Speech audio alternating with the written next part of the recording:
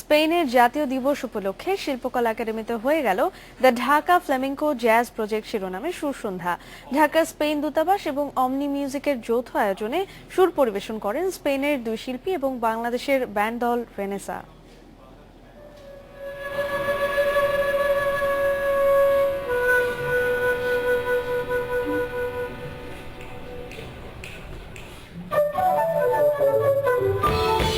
এভাবেই স্প্যানিশ সুরকার মারিয়ানোর নেতৃত্বে একে একে মঞ্চে প্রবেশ করে ফ্লেমেঙ্কো আর জ্যাজের ফিউশন তৈরি করে বাংলাদেশ ও স্পেনের সুরকাররা তাক লাগিয়ে দেন উপস্থিত দর্শকদের।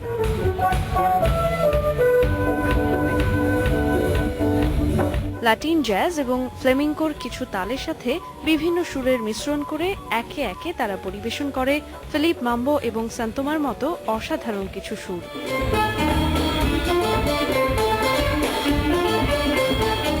স্পেনের জাতীয় দিবস উপলক্ষে ঢাকার স্পেন দূতাবাস এবং অমনি মিউজিকের যৌথ আয়োজনে এই অনুষ্ঠানের প্রধান অতিথি ছিলেন স্পেনের রাষ্ট্রদূত। এটি স্পেন দূতাবাসের তৃতীয় উদ্যোগ।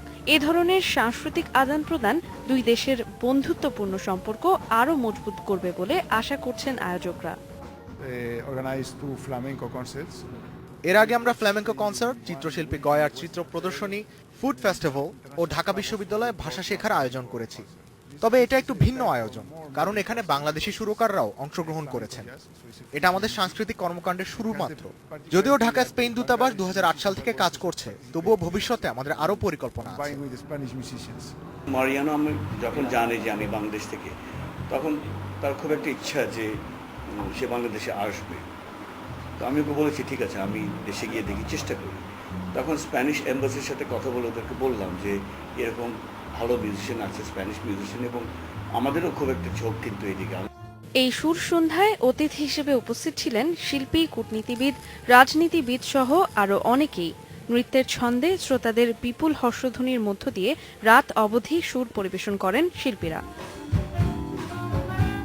সুমায়া জামান, ইন্ডিপেন্ডেন্ট নিউজ।